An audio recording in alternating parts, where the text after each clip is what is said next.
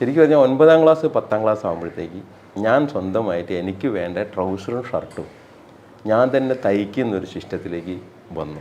അതാണ് എൻ്റെ ഇതിനോടുള്ള ടേസ്റ്റ്.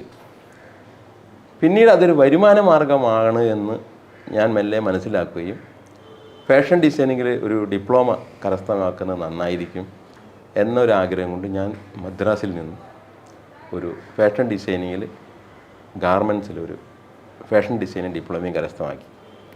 ഇതൊക്കെയാണെങ്കിലും ഞാനൊരു പൊതുപ്രവർത്തകനായിരുന്നു. കുട്ടിക്കാലം മുതൽക്കേ ഞാനങ്ങനെ സംഘടനാപരമായൊരു സംഘത്തിൻ്റെ ചുമതലയിലുള്ളത് കൊണ്ട് എൻ്റെ ഉള്ളിലും അങ്ങനെ ഒരു ആതുര സേവനം ചെയ്യണം എന്നുള്ള മനസ്സുണ്ടായിരുന്നു. ഫലത്തിൽ ഞാൻ ഈ പണിയെക്കുറിച്ചുള്ള ഒരു അറിവ് പലവരോടും ചോദിച്ചിട്ട് വളരെ കഷ്ടപ്പെട്ടിട്ട് പലരും ഈ കൈത്തൊഴിൽ പകർന്നു കൊടുക്കുന്ന പരിപാടിയേ ഇല്ല.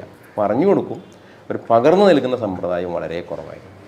അതുകൊണ്ട് തന്നെ എല്ലാ കൈത്തൊഴിലുകളും പൊതുവെ അന്യം നിൽക്കുന്നതായിട്ടാണ് എനിക്ക് അനുഭവത്തിൽ കൂടെ മനസ്സിലാവുന്നത്.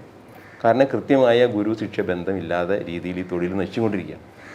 അപ്പോൾ എനിക്ക് ഈ തൊഴിൽ എന്തുകൊണ്ട് എല്ലാവർക്കും പറഞ്ഞു കൊടുത്തുകൂടാ എന്ന ആഗ്രഹത്തിൽ ഞാൻ 1985 കോഴിക്കോട് പയ്യാനക്കൽ എന്ന് പറയുന്ന സ്ഥലത്ത് ഒരു ചെറിയ സ്ഥാപനം വാടകയ്ക്കെടുത്ത് നിവേദിത തൊഴിൽ പരിശീലന സേവാ കേന്ദ്രം എന്ന് പേരിട്ടിട്ട് ഒരു സ്ഥാപനം ആരംഭിച്ചു.